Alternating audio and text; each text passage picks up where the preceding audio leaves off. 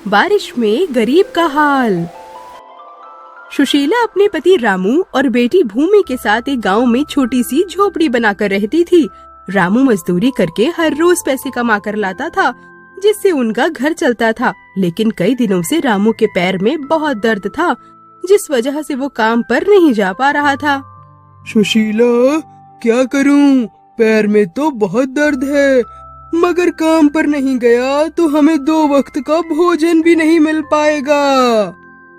अरे जी, आप परेशान क्यों होते हैं? आप आराम कीजिए, मैं हूँ ना, मैं जाऊंगी काम पर। जमा किए जितने भी पैसे थे सभी खत्म हो चुके थे, खाने को भी कुछ भी नहीं बचा था। अब माँ, कुछ खाना बना है क्या? अरे नहीं, अभी तक तो कुछ भी नहीं बन पाया। रुको, मैं कुछ इंतजाम करती हूँ। इतना बोलकर सुशीला घर से बाहर निकल आती है और काम ढूंढने लगती है। एक जगह तभी मकान बनाने का काम चल रहा था। वहीं पर सुशीला को ईंट उठाने का काम मिलता है। कड़ी धूप में सुशीला ईंट उठाने का काम कर रही थी। धूप इतनी तेज थी कि वो थक कर एक ओर बैठ जाती है, लेकिन तभी उसके सामने उसकी बेटी का भूखा चेहरा आ जाता है और वो तुरंत उठती है और वापस काम पर लग जाती है।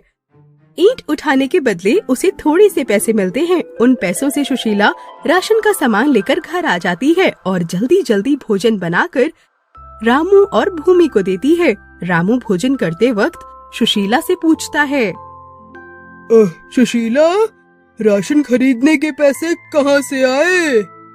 अरे जी, वो ईंट उठाने का काम मिल रहा था, तो मैंने वही काम किया और थोड़े से पैसे कमा लिए। तुम चिंता मत करो सुशीला, मैं जल्दी से वापस काम पर जाऊंगा। पैर का दर्द ठीक हो या ना हो, उससे मुझे कोई फर्क नहीं पड़ता।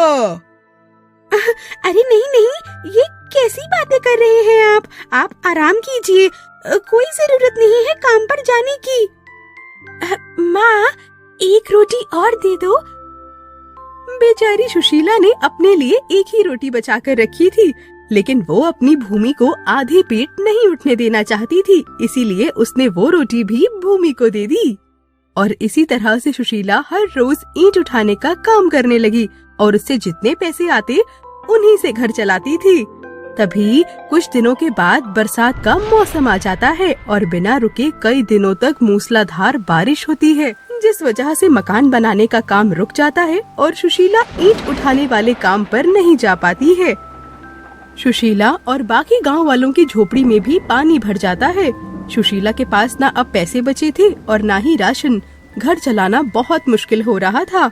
भूमि को बहुत भूख लगी थी। सुशीला बहुत ढूंढती है और तब जाकर उसे थोड़ा सा आटा मिलता है और वो बारिश के पानी से ही रोटी के लिए आटा गूंथती है और मुश्किल से कुछ लकड़ियां जलाकर रोटियां पकाती है। अब बेटा भूमि, आओ आकर खाना खा लो। सुशीला भूमि को एक रोटी पर थोड़ा सा नमक लगाकर खाने को देती है। एक रोटी रामू को देती है और बची हुई खुद खा लेती है।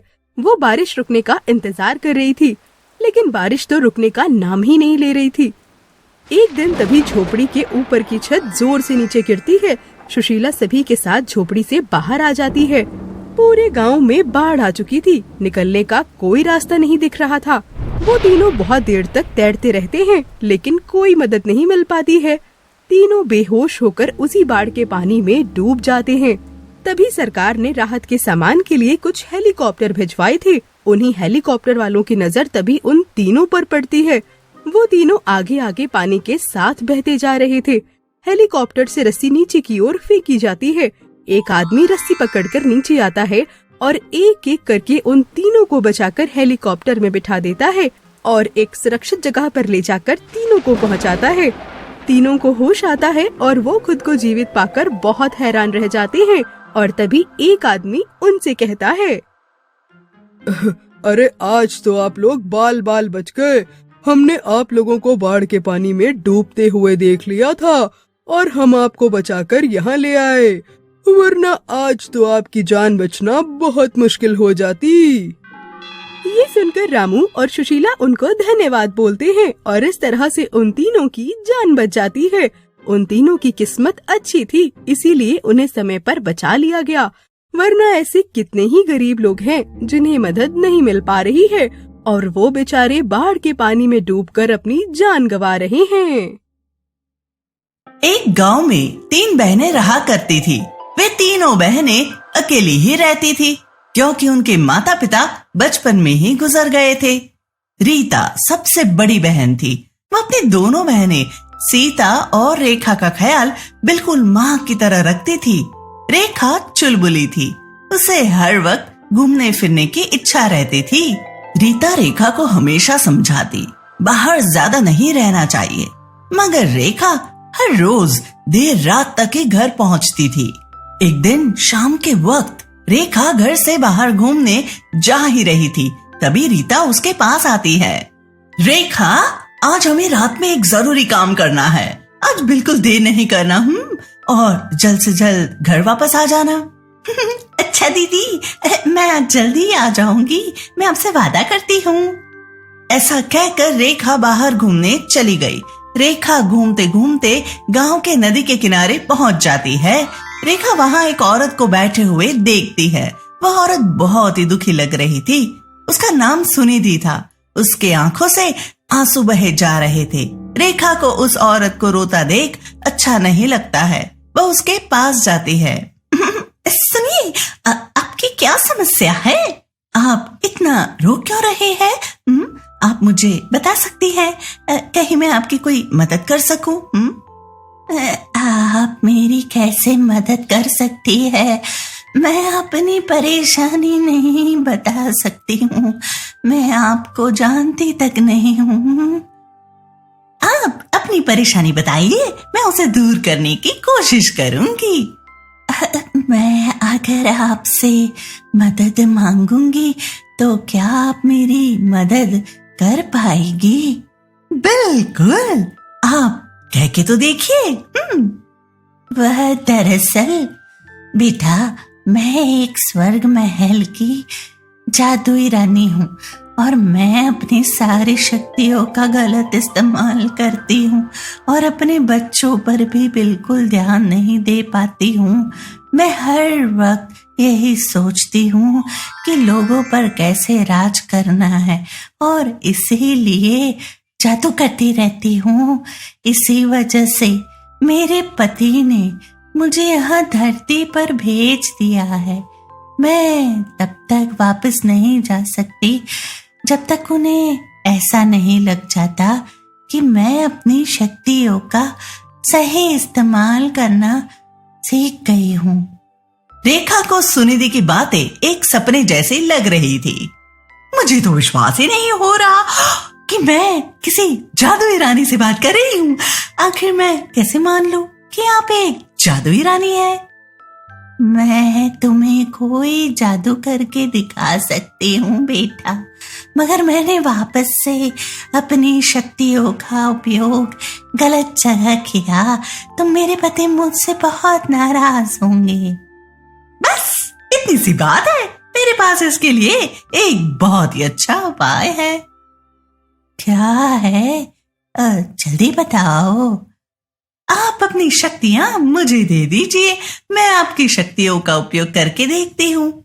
ऐसा हो तो सकता है, मगर मैं तुम्हें अपनी सारी शक्तियां नहीं दे सकती। मैं किसी एक इंसान को अपनी कोई एक ही शक्ति दे सकती हूँ। यह सुनते ही रेखा ने कहा, कोई बात नहीं, आप एक काम कीजिए, आप मेरे साथ मेरे घर चलिए। वहाँ मेरी 2 और बहनें हैं, आप अपनी 2 और शक्तियां उन्हें दे सकती है। सुनिधि और रेखा घर की ओर चल पड़ते हैं। वाह रेखा, आज तुम जल्दी आ गई, शाबाश। वैसे भी हमें आज काम है, लेकिन ये तुम किसे अपने साथ लेकर आई हो? रेखा रीता को सारी बातें बता देती है। रेखा, तो तुम इन्हें यहाँ क्यों लेकर आई हो? मैं तो बस देखना चाहती हूँ कि सच में इनके पास कोई शक्तियां है या नहीं। तुम्हें किसी पर ऐसे शक नहीं करना चाहिए। अगर वह ऐसा कह रही तो जरूर इसमें सच्चाई होगी। कोई बात नहीं, मैं अपनी एक एक शक्तियां आप तीनों बहनों को दे देती हूँ। वैसे भी मैं इनका गलत उपयोग करती हूँ। सुनिधि को लगा कि वह अपनी शक्तियां इन तीनों बहनों को दे देगी और यह तीनों भी शक्तियों का गलत उपयोग करेगी और यही चीज वह अपने पति को दिखाएगी। बताओ मैं किसे कौन सी शक्ति दूं? नहीं नहीं, हमें कोई भी शक्तियां नहीं चाहिए, मुझे आप पर भरोसा है। सुनिधि रीता को यह भरोसा देख बहुत खुश होती है, मगर सुनिधि के बहुत कहने पर तीनों बहनें अपने अपने लिए एक एक शक्तियां मांग लेती है। रीता ने किसी भी चीज को बड़ा कर देने की शक्ति मांगी, सीता ने किसी भी चीज को बहुत ज्यादा बनाने की शक्ति मांगी और रेखा ने किसी को भी हंसा देने की और खुश कर देने की शक्ति मांगी। सुनिधि ने तीनों को ये शक्तियां दे दी। आखिर ये कैसी शक्तियां इन्होंने मांगी है? लगता है धरती के लोग काफी मूर्ख है। इतना बड़ा मौका मिला धरती पर राज करने का, सबसे ताकतवर बनने की शक्ति छोड़कर ये कैसी कैसी शक्तियां मांगी हैं इन्होंने, जबकि इनके तो कोई बच्चे भी नहीं हैं, तो इन्हें कौन सी किसी माँ का धर्म निभाना है। उसी रात रीता को पड़ोस के घर जाना था, क्योंकि पड़ोसन की तबीयत ठीक नहीं थी। रीता ने उनके घर जाकर उनकी मदद करने की सोची। रीता अपने दोनों बहनों के साथ वहां गई और वहां जाते ही तीनों बहनों ने देखा कि घर के बच्चे मूर्ख बैठे हुए थे। माँ जी, आप बताइए खाना बनाने का सामान कहाँ है? मैं जल्दी से खाना बना देती हूँ। बेटा, सामान तो बस इतना सा ही है, आखिर इसमें किसे खिला सकोगी? सीता यह देखते ही तुरंत अपनी शक्तियों का उपयोग करती है और सारे खाने के सामान को बढ़ा देती है और उनके घर में अगले 1 हफ्ते तक के लिए खाना बढ़ा देती है। यह देख घर के सभी लोग बहुत खुश हो जाते हैं और फिर तुरंत रीता, सीता और रेखा उनके लिए खाना बना देती है। माँ जी, जब तक आप ठीक नहीं हो जाती हम तीनों आकर आपके और आपके बच्चों के लिए खाना बना देंगे। आप बिल्कुल परेशान नहीं होइए। बेटा, मैं कैसे तुम तीनों का शुक्रिया अदा करूं? इसकी कोई जरूरत नहीं माँ जी, आप बस आराम कीजिए। वह तीनों बिल्कुल ही माँ की तरह बच्चों को प्यार देती है और उन्हें खाना खिलाती है। बच्चे भी उन तीनों से बहुत खुश थे। फिर वह तीनों वहां से चली जाती है। सुनिधि यह सब देख रही थी। अगले दिन रीता बाहर जब अपने खेत में काम करने गई तो उसने देखा कि एक बूढ़ी अम्मा माँ वहां बहुत ही दुखी होकर बैठी हुई है। अम्मा, क्या हो गया? आप बड़े परेशान लग रही हो। क्या बताऊं? बिटिया, मुझे अपने बेटे के इलाज के लिए शहर पैसे भिजवाने हैं, मगर अभी तो मेरी फसल लगी ही है। इसे बढ़ने में और काटने में तो बहुत समय है। मैं इतनी जल्दी कैसे पैसे ला पाऊंगी? और मेरे पति की भी तबीयत खराब ही रहती है, वह भी कोई काम नहीं कर पाते हैं। आप दुखी मत होइए चाची जी, भगवान पर भरोसा रखिए। उन्होंने चाहा तो जरूर कोई चमत्कार कर देंगे और कहीं आपकी फसल जल्दी बढ़ जाए। उसी रात जब गांव के सभी लोग सो गए, तब रीता अम्मा के खेत में जाती है और अपनी शक्तियों का उपयोग करके उनके सारे फसल को बढ़ा देती है। अगले सुबह जब अम्मा खेत में आती है तो अपनी फसल बड़ा हुआ देखकर बहुत आश्चर्यचकित हो जाती है। मैंने कहा था ना चाची जी, अच्छे लोगों के साथ भगवान कभी कुछ बुरा नहीं होने देते। अब आप इन्हें जल्दी से जल्दी काटिए, मैं भी आपकी मदद करती हूँ और फिर इसे बेचकर आप अपने बेटे के इलाज के लिए पैसे भिजवा सकती हैं। तुम्हारा बहुत बहुत शुक्रिया बेटी, सच में ये तो चमत्कार ही हो गया। तुम्हें एक माँ की दुआ लगेगी बेटी। यह कैसी बातें कह रही है आप? वह भी तो एक बच्चा ही है, आपका हो या मेरा। माँ का दिल तो सब में होता ही है। मेरी जगह कोई और होता तो वह भी ऐसा ही करता। उसी दिन रेखा फिर पहले की तरह गांव में घूम रही थी।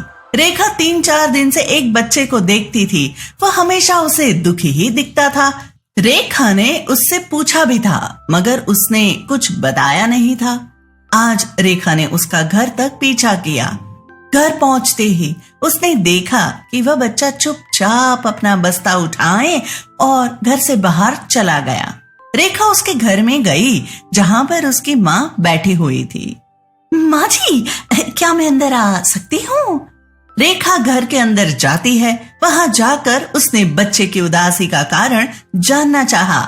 अब क्या बताऊं बेटी, इसके पिताजी अपने काम की वजह से खुशी नहीं रह पाते और अब इसके साथ न खेलते हैं न बातें करते हैं, जिस वजह से यह बहुत दुखी रहता है। पहले इसके पिताजी साधारण सा खेत में काम किया करते थे तो इनके पास बच्चों के लिए वक्त रहता था, मगर अब इनकी नौकरी लग जाने के बाद वह कभी खुशी नहीं रहते। वह हर वक्त बस काम काम काम, और इसी वजह से अब बच्चे भी दुखी रहने लगे हैं। रेखा उनकी सारी बातें समझ जाती है और उसके पिता के आने का इंतजार करने लगती है।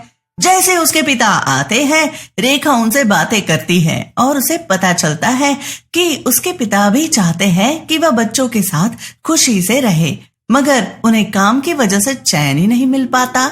यह सब जानने के बाद रेखा अपनी शक्ति का उपयोग करती है और उसके पिता को हमेशा खुश रहने की शक्ति दे देती है। और अब उसके पिता हमेशा खुश रहने लगे और अपने बेटे के साथ पहले जैसे ही खेलने हंसने लगे। रीता उस बच्चे को इतना खुश देखकर बहुत खुश हो जाती है। तीनों बहनों को सुनिधि बड़े ही गौर से देख रही थी। तब उसे समझ आया कि वह कितनी गलत थी। उसे लगता था कि शक्तियों का सिर्फ गलत जगह उपयोग किया जा सकता है और दुनिया पर राज करना ही सब कुछ होता है। सुनिधि तीनों बहनों के पास जाती है। तुम तीनों का बहुत बहुत शुक्रिया। मैं समझ गई हूँ कि शक्तियों का कैसे सही इस्तेमाल किया जाता है। और तुम तीनों माँ नहीं हो, फिर भी तुम तीनों एक जादुई माँ हो, जिसे चाहे किसी के भी बच्चे हो उसे खुश रखना और माँ का प्यार देना ही सबसे ज्यादा जरूरी होता है। मैं समझ गई हूँ मैं कितनी गलत थी। तुम तीनों का बहुत बहुत शुक्रिया। मैं यह शक्तियाँ तुम तीनों में रहने देती हूँ और साथ ही साथ मैं तुम तीनों को वरदान देती हूँ कि जब भी तुम तीनों माँ बनोगी तब तीनों एक जादुई माँ कहलाओगी और तुम्हारे बाद तुम्हारी शक्तियाँ तुम्हारे बच्चों में चली जाएगी। ऐसा कहकर सुनिधि अपने स्वर्ग महल चली जाती है और अब वह भी अपने शक्तियों का सही उपयोग करने लगी थी और अपने बच्चों को प्यार करने लगी थी।